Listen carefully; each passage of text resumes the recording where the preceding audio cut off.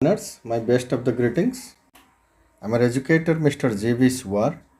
I welcome you all to my YouTube channel of schooling.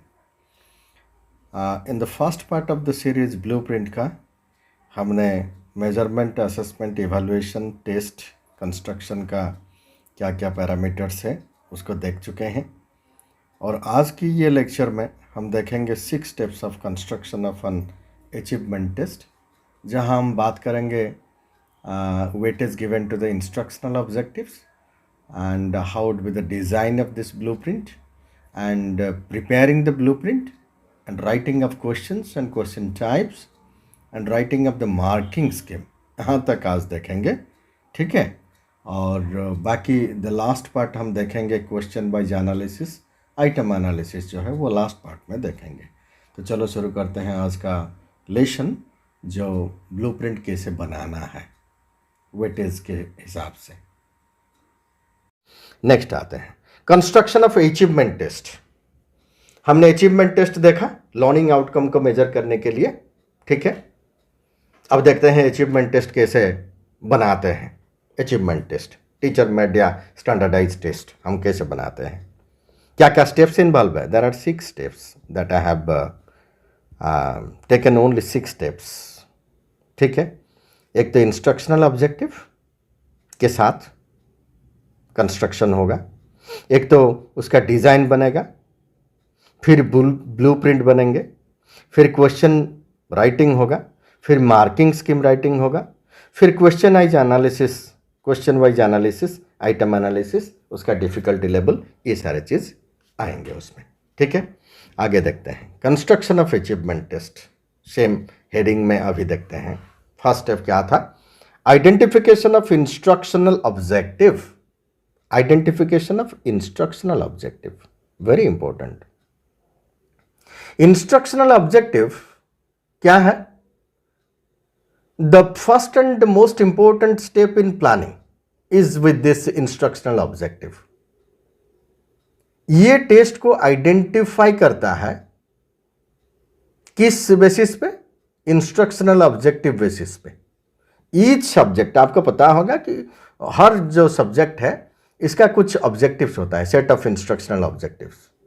जैसे कि science हो गया, social science, mathematics, major objectives are categorised knowledge, understanding, application, skill, आप जानते हैं उसको।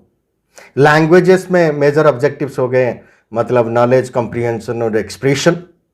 बहुत सारा जो स्किल्स है, assessment of speaking, listening, reading, writing, ये सारे एक्सप्रेशंस है।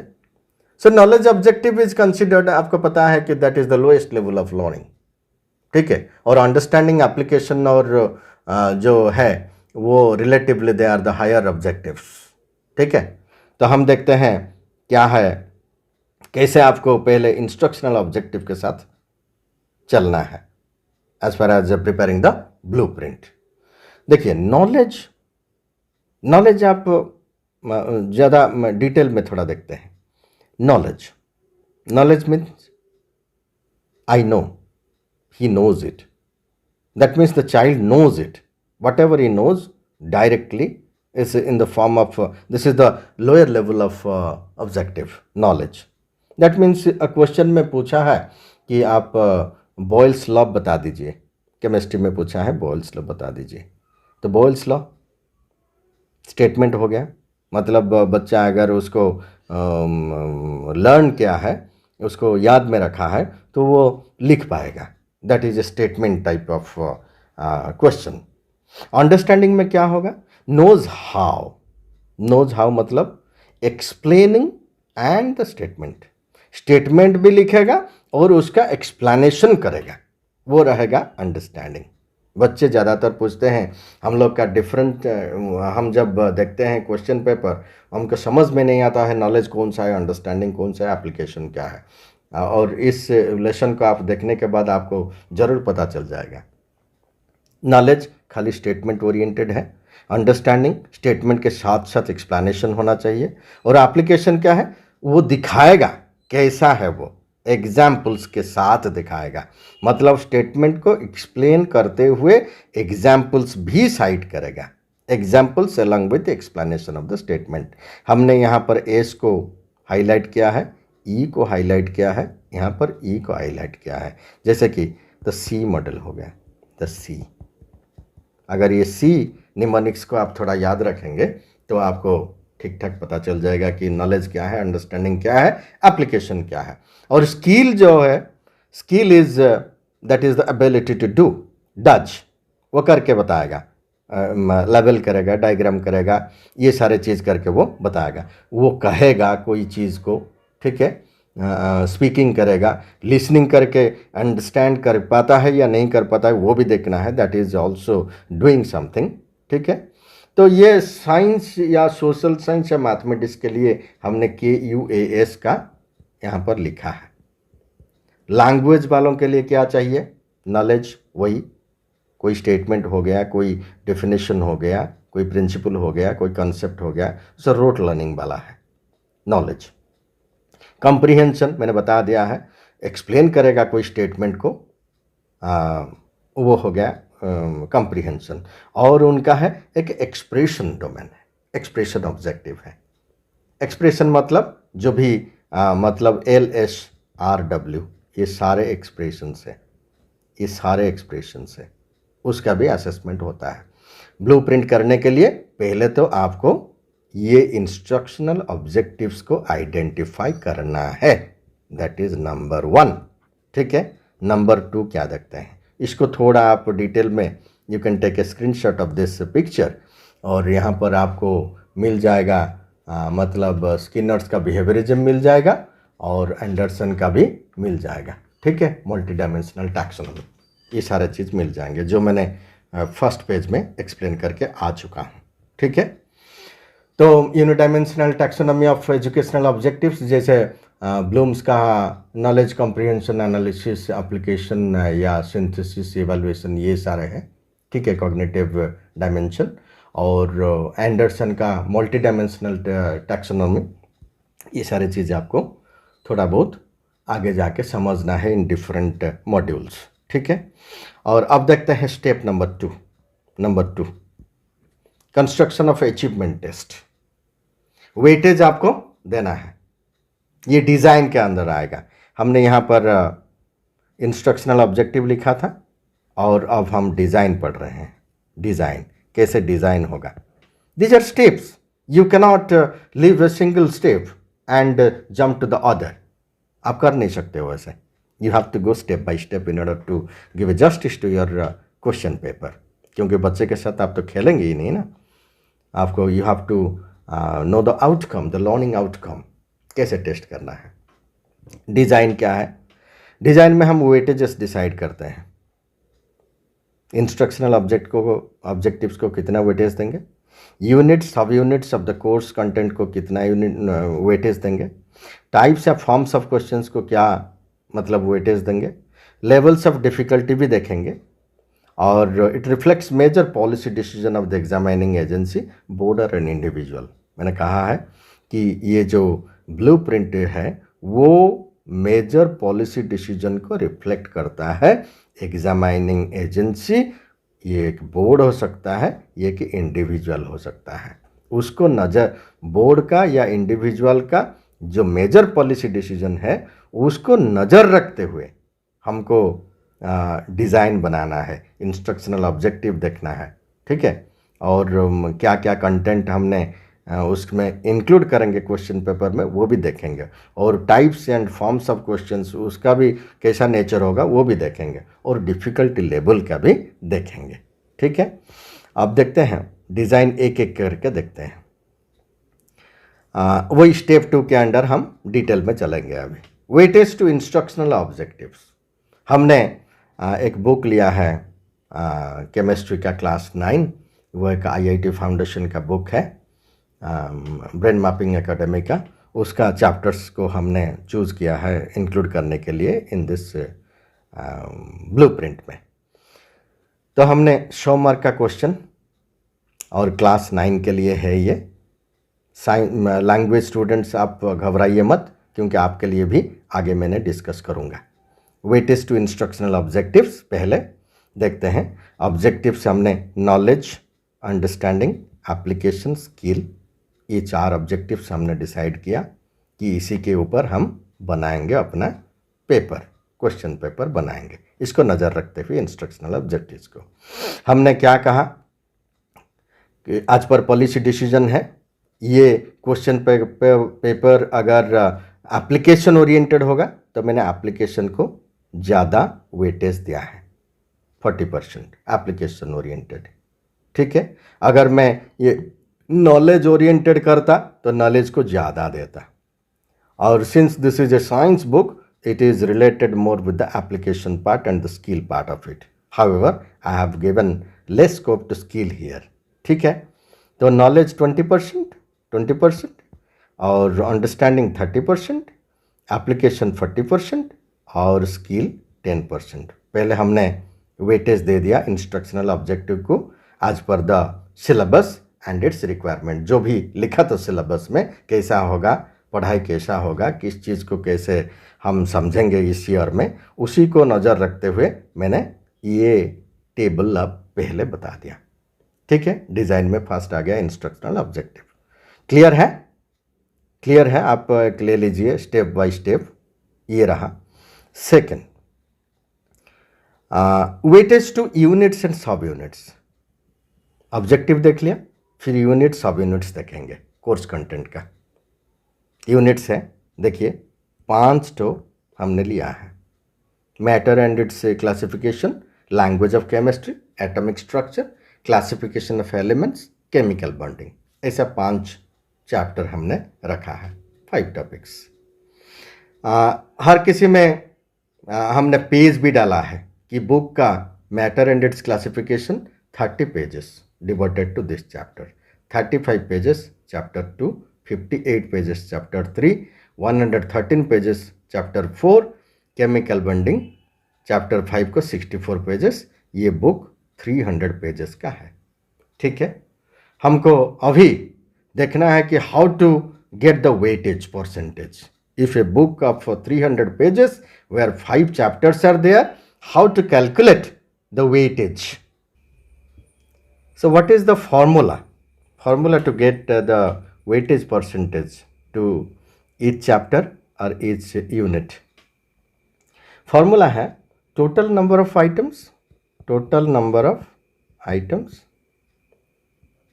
divided by total number of, बहुत सारे impression है from different sources, हमने यही impression को माना है to get the weightage.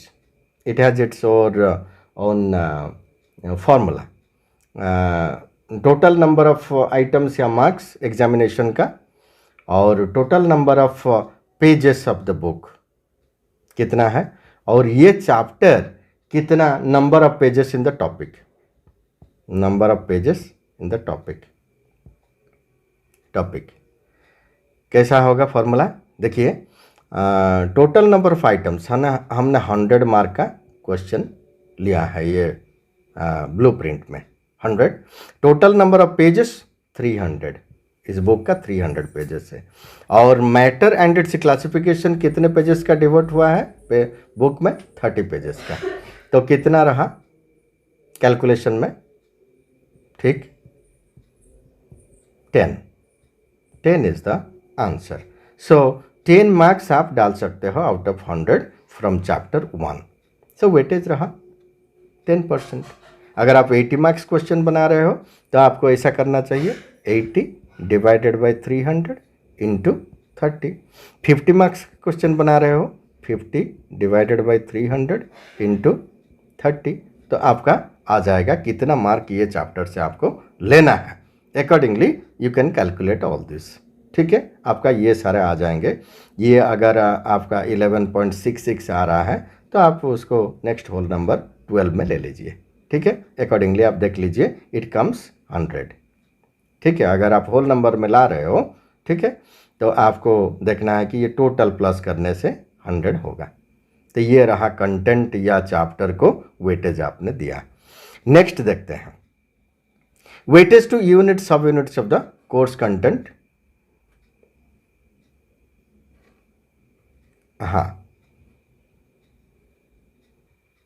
Next देखना है वेटेज टू टाइप्स या फॉर्म्स ऑफ क्वेश्चन, कौन से फॉर्म क्वेश्चन आप डालना है ब्लूप्रिंट में, ठीक है। कौन कौन सा क्वेश्चन टाइप है, long answer type, short answer type, very short answer type, ठीक है। ये 3 हमने लिया है यहाँ पर, ठीक है। ये ऑब्जेक्टिव नहीं होगा, ये रहेगा आपका टाइप्स या फॉर्म्स ऑफ क्वेश्चंस, ठीक है। टाइप्स या फॉर्म्स ऑफ क्वेश्चन, उसका आप अगर ये 3 वैरायटी का आप ले रहे हैं, long answer, short answer, very short answer, तो आपको वेटेज भी निकालना है। कैसे निकालोगे, कैसे निकालोगे, कैसे निकालोगे? What is the formula? Formula of formula to get number of questions from different types, वो आपको यहाँ थोड़ा दिखाते हैं पहले। Appropriate item type should be selected or decided according to the learning outcomes to be measured. कौन सी learning item का आप मेजर करना चाहते हो, it will decide that what type of question and in how many numbers the question will appear. Generally हमने 2 type का exam देखते हैं, एक होता है ऑब्जेक्टिव टाइप, एक होता है एसे टाइप, या मिक्सचर ऑफ द टू, ठीक है। लर्निंग आउटकम अगर आपका आइडेंटिफाई, जस्ट एक लर्निंग आउटकम आपने लिया है कि identify a correct answer, objective type, आपने आइटम टाइप खाली ऑब्जेक्टिव टाइप टेस्ट कर दिया, रिकॉग्निशन कर दिया, ठीक है।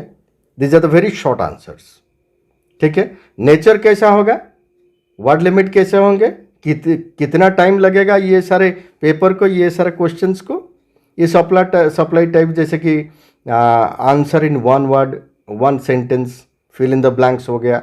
रिकॉग्निशन टाइप में सिंपल रिकॉल हो गया, एमसीक्यूज हो गए, मैचिंग ब्लॉक हो गए, ट्रू फॉल्स हो गए। अगर आपका learning outcome to identify the correct answer है तो आपको इसके ऊपर ध्यान देना है। अगर आपका लर्निंग आउटकम आप चाहते हैं कि बच्चों कुछ लिखे, तो फिर आपको शॉर्ट आंसर टाइप या सप्लाई टाइप देना पड़ेगा, जो नॉट मोर देन 20 वर्ड्स में आएगा। वो एक्सटेंडेड आंसर्स होंगे, इंसर्ट एंड कंप्लीशन टाइप का होंगे। और अगर आपका लर्निंग आउटकम चाहिए कि बच्चों नेरेट करे, वहाँ पर पेपर में डिस्क्राइब करे, इंटरप्रिट करे, तो लॉन्ग आंसर आपको देना पड़ेगा, विद और विदाउट इंटरनल ऑप्शन, ऐसे टाइप जिसको हम बोलते हैं। और ये ऐसे टाइप 2 तरीके से पूछे जाते हैं, एक है एक्सटेंडेड रिस्पॉन्स टाइप, एक है रेस्ट्रिक्टेड रिस्पॉन्स टाइप। आपको रेस्ट्रिक्ट करना है वर्ड लिमिट के साथ, और यहाँ पर एक्सटेंडेड रिस्पॉन्स टाइप मतलब टाइम लिमिट के हिसाब से 5 क्वेश्चन आपने डाला है, बच्चों को डिसाइड करना है कि कौन सी क्वेश्चन कितना लिखे, वो एक्सटेंडेड रिस्पॉन्स टाइप। और रेस्ट्रिक्टेड आपने बता दिया एज एन एग्जामिनर कि आपको 500 वर्ड्स में लिखना है। तो अगर ये सारे आपका लर्निंग आउटकम है, या मिक्सचर ऑफ ऑल दिस, कि आइडेंटिफाई भी करेगा करेक्ट आंसर को, राइटिंग भी कुछ करेगा, और नरेट करेगा, डिस्क्राइब करेगा, इंटरप्रिट करेगा, सारे अगर करेंगे तो you will decide long answer कितना देंगे, शॉर्ट आंसर कितना देंगे, वेरी शॉर्ट आंसर कितना देंगे, with in A 3 hours time period. जब आप ट्राई आउट करोगे, you can decide that what would be the ideal time, वो हम आगे देखेंगे अगला स्टेप में, ठीक है। तो हमने लिया है एक पेपर में, ये जो हमने सिलेक्शन किया है केमिस्ट्री का, वहाँ से हमने number of items, long question 20, weightage 20%, और शॉर्ट आंसर जो है 35%, और वेरी शॉर्ट आंसर टाइप जो है वो हमने 45%, ऐसे 100% हमने रखा है, 100 लिया है, 100 मार्क्स क्वेश्चन पेपर में। देखते हैं एक एग्जाम्पल के तौर पे आप समझना चाहेंगे कि ये सारे चीज़ मतलब एक्सटेंडेड आंसर्स क्या है, और इंसर्ट कंप्लीशन टाइप क्या है, ये सारे चीज़ को समझने के लिए आपको वीडियो काफ़ी लंबा हो जाएगा। So I don't think I should discuss all this. फिर भी बात अगर उठा है तो एक शॉर्ट आंसर का एग्जाम्पल हम बता देते हैं। शॉर्ट आंसर अगर आपको 20 वर्ड से ज़्यादा नहीं होना चाहिए। एक्सटेंडेड आंसर टाइप एक चीज़, it might be a new thing for you. जैसे कि क्वेश्चन पूछ लिया कि describe briefly 2 factors which contribute to the outbreak of world war, first world war. आपने क्वेश्चन में ये क्वेश्चन पूछा है और इंस्ट्रक्शन भी दिया है कि do not right more than 30 words about each factor. 2 factor पूछा है, ईच फैक्टर के लिए नॉट मोर देन 30। ये रहा एक्सटेंडेड टाइप ऑफ क्वेश्चंस, ठीक है। और साइंस वालों के लिए आपने पूछ लिया कि डायग्राम पूछ लिया कि आटम का डायग्राम बताओ और बनाओ उसको, show the structure of an atom. Human cell के लिए पूछ लिया या मिथाइल अल्कोहल के लिए पूछ लिया। ये सारे चीज़ आएगा आपका extended answers type of question है वो, ठीक है। अगर आपको कंप्लीशन टाइप, आप जानते हैं कि आपने अमोनिया का फार्मूला पूछ लिया, सल्फ्यूरिक एसिड का फार्मूला पूछ लिया, सोडियम कार्बोनेट का पूछ लिया, और ये सारे मतलब कंप्लीशन टाइप का है। आपने आधा दे दिया, सपोज अमोनिया N लिख लिया और H3 को छोड़ दिया, ठीक है, ये छोड़ दिया, N डैश कर लिया और आगे लिख लिया अमोनिया।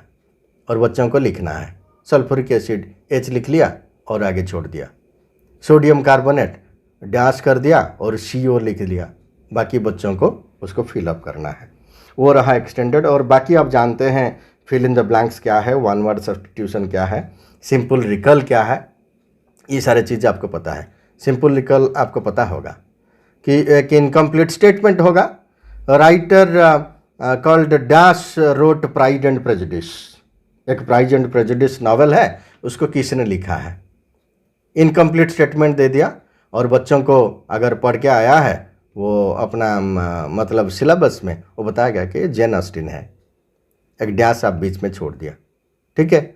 और बहुत सारे क्वेश्चन ऐसे बन सकते हैं। I cannot give more examples here due to the length of this video, ठीक है। आगे चलते हैं। Construction of achievement test, blueprint. अब देखते हैं how many questions are to be set for different objectives. यह हमने डिसाइड कर लिया है। How many questions each objective के लिए, हाउ मेनी क्वेश्चंस हमने परसेंटेज वहाँ पर डाल दिया है। Under which topic a particular question is to be set, हमने टॉपिक वाइज भी डिसाइड कर लिया है कौन सी टॉपिक में कितना कुछ पूछेंगे। और वेरियस फॉर्म्स ऑफ क्वेश्चन, आप एक्सटेंडेड हो या सिंपल रिकल हो या ऐसे टाइप हो, एक्सटेंडेड टाइप हो, ये सारे फॉर्म्स ऑफ क्वेश्चन आपको डिसाइड हो गया है। Distribution of questions over different objectives, knowledge understanding application skill से कौन से ऑब्जेक्टिव्स में कितना क्वेश्चन आपको डालना है वो भी डिसाइड हो गया है पिछले टेबल में, ठीक है। आगे देखते हैं। सो अब हम बनाएंगे द 3 डायमेंशनल टेबल, ठीक है। Blueprint content area in the horizontal row में रखेंगे और objectives and forms of question को हम वर्टिकल कॉलम में रखेंगे, ठीक है, वर्टिकल में रखेंगे। अब ब्लूप्रिंट कैसा दिखेगा वो 3 डायमेंशनल वाला देखते हैं। ब्लूप्रिंट देखते हैं। सो हमने और एक चीज़ भी बताना चाहता हूँ यहाँ पर कि topic wise weightage to different types of questions, कौन सी टॉपिक में कितना क्वेश्चन रहेगा और मार्क कितना असाइन होंगे हर क्वेश्चन को। देखिए हमने मार्क असाइन किया, 1 मार्क वाला 45 क्वेश्चन लिया है, 2 मार्क वाला 5 क्वेश्चन लिए हैं, 3 मार्क वाला 3 क्वेश्चन लिए हैं, 4 मार्क 4 क्वेश्चन लिए हैं, 6 मार्क वाला 12 क्वेश्चन लिया है, 8 मार्क वाला 1 क्वेश्चन लिया है। ऐसे टोटल 100 मार्क्स का है, 45 1 मार्क वाला और बाकी ये सारे रहे। ये क्या है, topic wise weightage to different types of questions vis-a-vis mark assign to selected of items, assign to selected items, ठीक है। देखते हैं ब्लूप्रिंट कैसा दिखेगा। ऐसे ही दिखेगा ब्लूप्रिंट। जितना सारा आपने स्पेसिफिकेशन अब तक किया हुआ है, वेटेज दिया हुआ है, अकॉर्डिंगली देखिए। मैं आपको यहाँ समराइज करके बताता हूँ। दिस इज साइंस केमिस्ट्री के लिए 100 मार्क्स वाला और ये क्लास 9 का है, ये आपको लिखना चाहिए। ऑब्जेक्टिव्स हमने इस रो पे, फॉर्म्स ऑफ क्वेश्चन ऐसा है और कंटेंट और सब यूनिट्स ऐसा है, ठीक है। वही the same thing I am representing in A tabular format. Knowledge जो डोमेन से ऑब्जेक्टिव, जो इंस्ट्रक्शनल ऑब्जेक्टिव थे, नॉलेज, अंडरस्टैंडिंग, एप्लीकेशन, स्किल, हमने वहाँ पर डिसाइड किया था 20, 30, 40 और 10 करके। किया था कि नहीं? किया था, क्योंकि nature of this paper is application oriented होगा, क्योंकि ज़्यादा परसेंटेज वहाँ से है, 40%। फॉर्म्स ऑफ क्वेश्चन हमने डिसाइड किया था, long answer, short answer, very short answer. Each objective will have long question, short question, very short question. ये 3 वैरायटी हर इंस्ट्रक्शनल ऑब्जेक्टिव के अंडर रहेंगे और हर चैप्टर के अंडर रहेंगे, ठीक है। और अंडरस्टैंडिंग में भी वैसा है, ऑल 3। एप्लीकेशन के पास भी वही है और स्किल के पास भी वही है। थोड़ा जूम करते हैं सो दैट वो आपको दिखे, ठीक है। और ये टोटल है, तो 5 चैप्टर टोटल है। These are the 5 chapters. और हर चैप्टर का जो मार्क वेटेज यहाँ पर हमने निकाला था कि नहीं? Total number of items 100 mark था और 300 पेजेस का बुक था, और नंबर ऑफ पेजेस जो ईच चैप्टर और ईच टॉपिक इज डिवोटेड, उसको हम रेशियो लगा के 10 मार्क्स मिला था हमको, अगर आपको याद में है तो।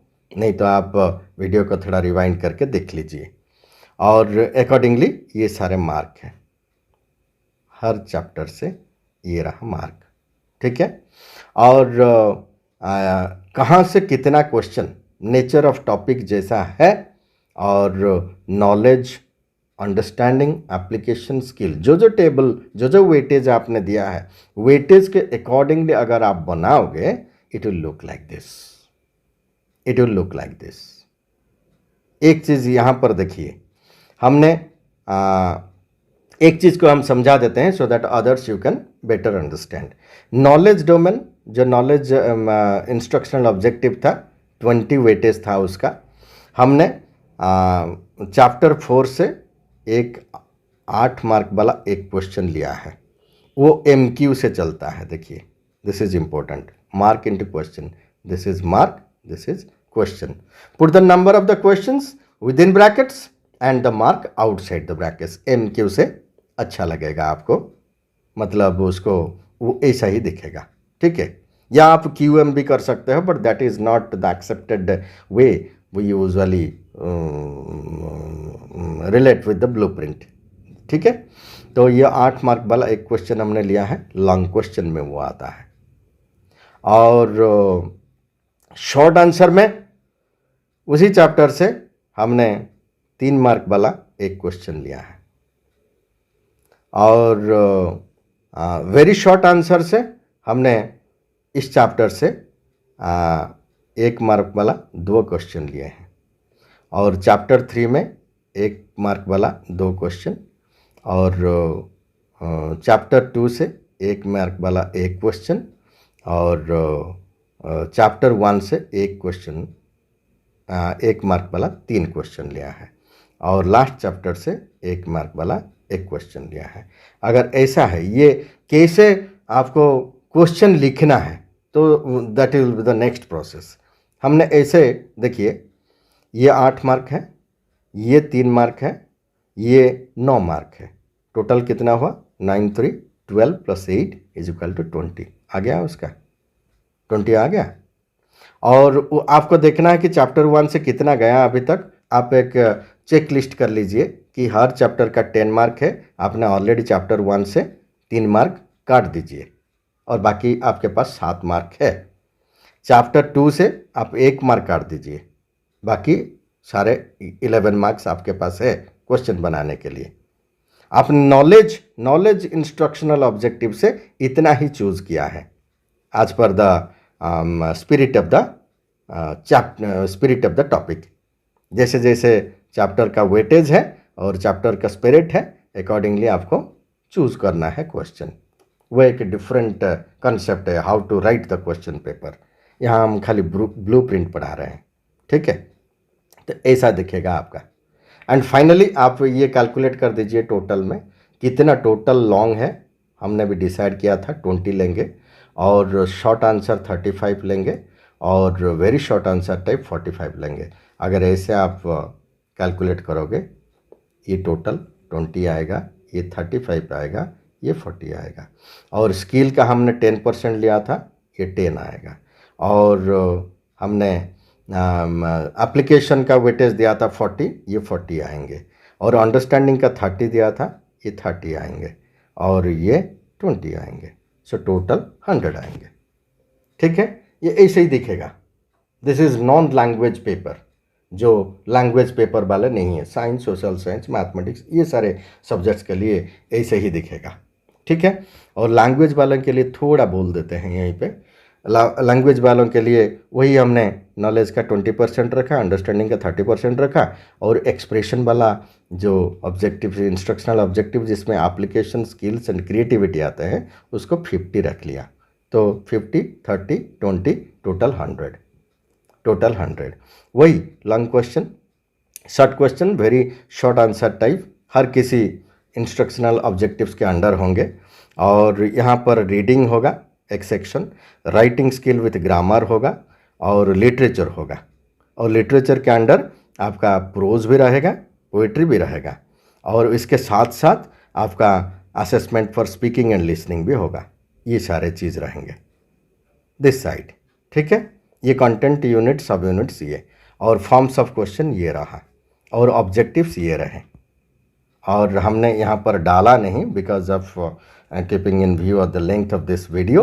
आप इसको अगर ठीक ठीक समझ जाएंगे, so you can also prepare the language part of it.